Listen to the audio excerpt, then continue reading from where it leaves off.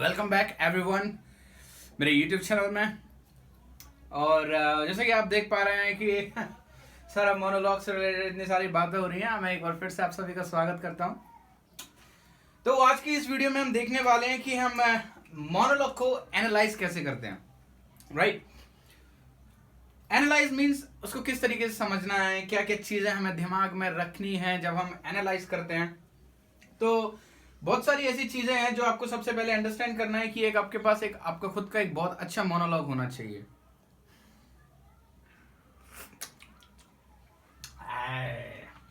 Right, तो आज हम समझ लेंगे कि भाई मोनोलॉग को एनालाइज कैसे करना है। इसीलिए आप वीडियो को लास्ट तक देखना, बीच में स्किप करोगे आपकी मर्जी है, कर दोगे तो आपका घाटा है। आधी आधी चीजें समझ आएंगी, फिर अधूरा ज्ञान बहुत घातक होता है, इसलिए सावधान रहें, सतर्क रहें। ऑलराइट, तो मोनोलॉग जब हम सबसे पहले हमारा एक टास्क होता है कि मोनोलॉग हमें प्रिपेयर करना है। द फर्स्ट प्रोसेस मैंने ऑलरेडी आपको प्रोसेस के बारे में समझा रखा है ना, कि आपको किस तरीके से क्या क्या प्रोसेस है। पहले स्पीच ढूंढना है, मोनोलॉग को फाइंड करना है, फिर उसको ऊपर आपको रीडिंग करना है उसकी, फिर उसको अंडरस्टैंड करना है। तो आप कह सकते हैं जो उसका थर्ड पॉइंट है जो उसका थर्ड पॉइंट था प्रोसेस का, हम उसको पूरा यहां पर समझने की कोशिश करेंगे। मोनोलॉग जब आपके पास ढूंढ लिया है आपने, आपके पास आपकी स्पीच है, तो सबसे फर्स्ट प्रोसेस है कि आपको आपके कैरेक्टर को समझना है कि आपका कैरेक्टर क्या है। सेकंड, आपको उस मोनोलॉग में सिचुएशन क्या है। थर्ड, उसका मूड क्या है, लाइक सिचुएशन के अकॉर्डिंग उसका मूड क्या है।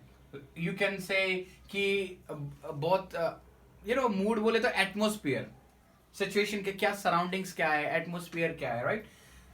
उसका फीलिंग्स और इमोशन क्या है, फिर उसका मैसेज कि वो हमें क्या कन्वे करना चाहता है। Right, it is not necessary at all कि है ना हर समय कि आपको कोई प्ले से मैसेज ही मिले। फर्स्ट थिंग मैं क्लियर कर देना चाहता हूं कि प्ले कभी भी अवेयरनेस फैलाने के लिए नहीं लिखे गए थे। स्टार्टिंग कहां से हुई थी? एंटरटेनमेंट के लिए। बाद में ये सारी चीजें हैं कि अवेयरनेस फैलानी, और कोई अवेयरनेस नहीं फैलती यार, टू बी ऑनेस्ट।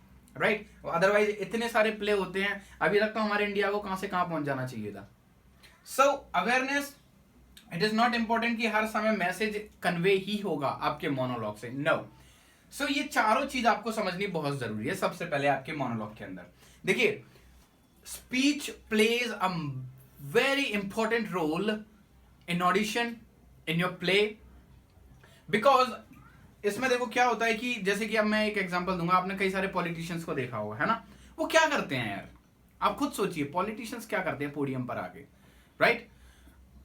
बहुत ही शानदार एक भाषण देते हैं, राइट, और उस भाषण को सुनकर हमारी जो प्रजा है, हम जैसे लोग हैं, ऑडियंस जो होती है, वो मंत्रमुग्ध हो जाती है और कहती है वाह, अब तो जो भी है यही है। सो किसने सबसे ज्यादा इंपॉर्टेंट प्ले रोल किया? किसने किया? स्पीच ने, राइट। सो स्पीच एक ऐसी चीज है कि अगर आप 10 लोगों के बीच में खड़े होकर एक जबरदस्त भाषण दे दो ना, तो सारे लोग आपके गुणगान गाएंगे, वाह वाह वाह क्या बात है, मजा आ गया।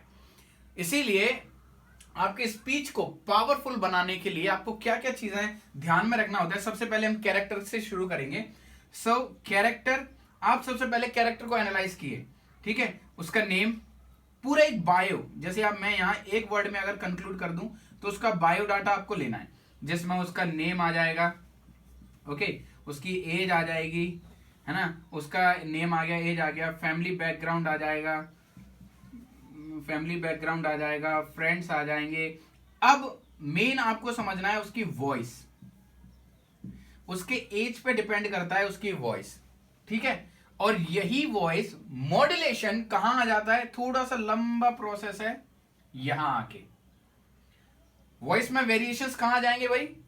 इमोशंस और फीलिंग्स की जब बात आती है, मूड की जब बात आती है, तो यहां इस जगह पे आपके कैरेक्टर की वॉइस डिपेंड करती है कि वो किस तरीके से मॉड्यूलेट करेगा। उसका टेम्परेचर, टेम्परामेंट, उसके वॉइस का लेवल, उसके एंगर का लेवल, टेम्पो एंड रिदम। याद रखना, मैंने वीडियो ऑलरेडी डाल रखी है, टेम्पो एंड रिदम क्या होगा आपके कैरेक्टर का। दूसरी चीज, जब आप कैरेक्टर को एनालाइज करो तो सबसे पहले आपको याद रखना है कि पॉजेस, ठीक है, ये सेम पॉजेस आपके सिचुएशन में भी आ जाएंगे, because it plays a very major role in your speech. Pause, your voice, your expression, your body, right. ये चीजें आपको याद रखनी है. सिचुएशन आपको समझना पड़ेगा कि भाई माहौल कैसा है, राइट. वो स्क्रिप्ट उठाइए, ये वाली. हाँ, ऑलरेडी मैं ये वाला मोनोलॉग आपको शायद दिखेगा नहीं, मैं ऑलरेडी ये मोनोलॉग में डाल चुका हूं, ठीक है. ये डेथ ऑफ सेल्समैन का है, जिसमें मेरा कैरेक्टर है बिफ. अभी आप देख सकते हैं कि मैंने यहाँ पर पूरा डिटेल स्टडी किया हुआ था कि किस जगह पर मेरा बीट है, कहाँ कहाँ इमोशन चेंजेस है, कहाँ कहाँ, जैसे इसमें लिखा है एक्टिंग एंगर लेवल अप, यहाँ पर एंगर है. तो ये सारी चीजें आपको इस तरीके से एक पेपर वर्क करना पड़ेगा. सेम जितनी बड़ी आपकी स्पीच होगी, आपको सेम प्रोसेस फॉलो करनी है, राइट. उसी तरीके से आपको आपके सिचुएशन समझनी पड़ेगी कि ये जो आपकी स्पीच है, जो आपका डायलॉग है, जो मोनोलॉग है, वो कितने लोगों के बीच में है, राइट. खुद से बात कर रहा है या सामने कोई बंदा है. कई बार होता है ना कि कुछ स्पीचेस ऐसी होती हैं जिसमें आप अकेला बंदा खुद से ही बात कर रहा है ना. जैसे हम कभी कभी सेल्फ कॉन्शियस अपने आप से बात करते हैं ना, यार मुझे ऐसा करना चाहिए या नहीं, अगर मैं ऐसा करूंगा तो फिर पापा को भी बुरा लगेगा, कोई सपोर्ट नहीं करेगा. ये मैं अपने आप से बात कर रहा हूं. अब सामने मेरे कोई कैरेक्टर में आपको दिखेगा नहीं, है भी नहीं, है ना. मैंने तुझे कितनी बार बोला है तुझे ऐसा काम नहीं करना चाहिए, समझ नहीं आता. हाँ तो ठीक है ना यार, वो नहीं मानेगा तो तू ऐसे ही करेगा क्या यार, मैंने बात ही नहीं करनी. अभी ये क्या हुआ, मैं अभी भी अपने आप से ही बात कर रहा था, कोई नहीं है, बट मैंने एक इमेजिनेटिव कैरेक्टर वहां पे एस्टेब्लिश कर दिया. द सेम चीज वो आपको समझनी है, राइट. तो ये आपको सिचुएशन समझनी पड़ेगी कि आपकी सिचुएशन कैसी है. दूसरा, आपका मूड, सिचुएशन के अकॉर्डिंग उसका मूड समझना पड़ेगा, कैरेक्टर का मूड समझना पड़ेगा, किस तरह का मूड है, उसका बिहेवियर कैसा है, right. So you can say उसका बिहेवियर कैसा है. अभी फीलिंग्स एंड इमोशंस सेम, आप जब रफ रीडिंग करोगे आपको पता चलता जाएगा, हैप्पी है, एंगर है, जैसे कि मैंने यहाँ लिखा है.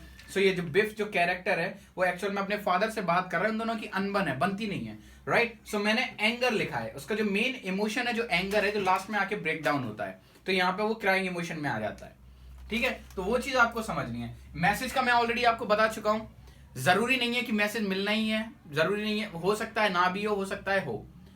Alright, so it is not that important. आपको ये सारी चीजें समझना है. आपको अपनी वॉइस मॉड्यूलेट कहाँ करनी है, कहाँ पर हमें पॉजेस लेना है, वो भी आपको समझना पड़ेगा, ठीक है. जैसे कि अभी मैं एक एग्जांपल दूंगा, that you are so beautiful, right. अभी ये एक डायलॉग है. अभी हमें ये समझना है इसी एक डायलॉग में कि आपको किस किस चीज के ऊपर, किस वर्ड के ऊपर आपको स्ट्रेस देना है, राइट. और कहाँ किस वर्ड को आपको सबसे ज्यादा स्ट्रेच करना है. जब मैं लिख रहा था तभी मैंने बोला you are so beautiful, right. तो जैसे कि हम, हाँ क्या, वाव लिखने की जरूरत नहीं है, इतना ठीक है. सो ये एक एग्जांपल दिया मैंने, यू आर सो ब्यूटिफुल. अभी अगर जैसे अगर हम इसी डायलॉग के ऊपर एक्ट करें तो हम कह सकते हैं कि you are so beautiful. The same चीज हम एक बार ऐसे भी बोल सकते हैं, you are so beautiful, right. तो यू पे डाला, लास्ट में ब्यूटीफुल को स्ट्रेच कर दिया. सेम चीज जब हम देखते हैं कि हॉलीवुड मूवीज में, टीवी शोज में, या फिर हम कोई भी प्ले वगैरह रीड करते हैं, हमें यही चीज ध्यान रखनी है कि हमें किस जगह पर अपने वर्ड को स्ट्रेच करना है, कहां पर उन पर स्ट्रेस देना है, राइट. नॉर्मली हम कहते हैं कि where are you going, right, where are you going, normal हम बोल देते हैं. लेकिन जब हम प्ले करते हैं हमें चीजें समझनी होती है कि इतनी सारी ऑडियंस के बीच में हमें हर एक चीज को उनको प्रॉपर स्पेसिफिक तरीके से बोलना है. So where are you going, where are you going, where are you going, right, where are you going. हर एक बार हर इमोशन में आपका मॉड्यूलेशन चेंज होगा, that you need to understand. Alright, so this is it. Like, share और subscribe जरूर करें. और जहां भी आपको कंफ्यूजन है, कोई भी क्वेश्चन है, कोई भी डाउट है, आप कमेंट बॉक्स में लिखें, मैं आपको रिप्लाई करूंगा. Yeah, that's it. Have a nice day. God bless you all. Bye-bye.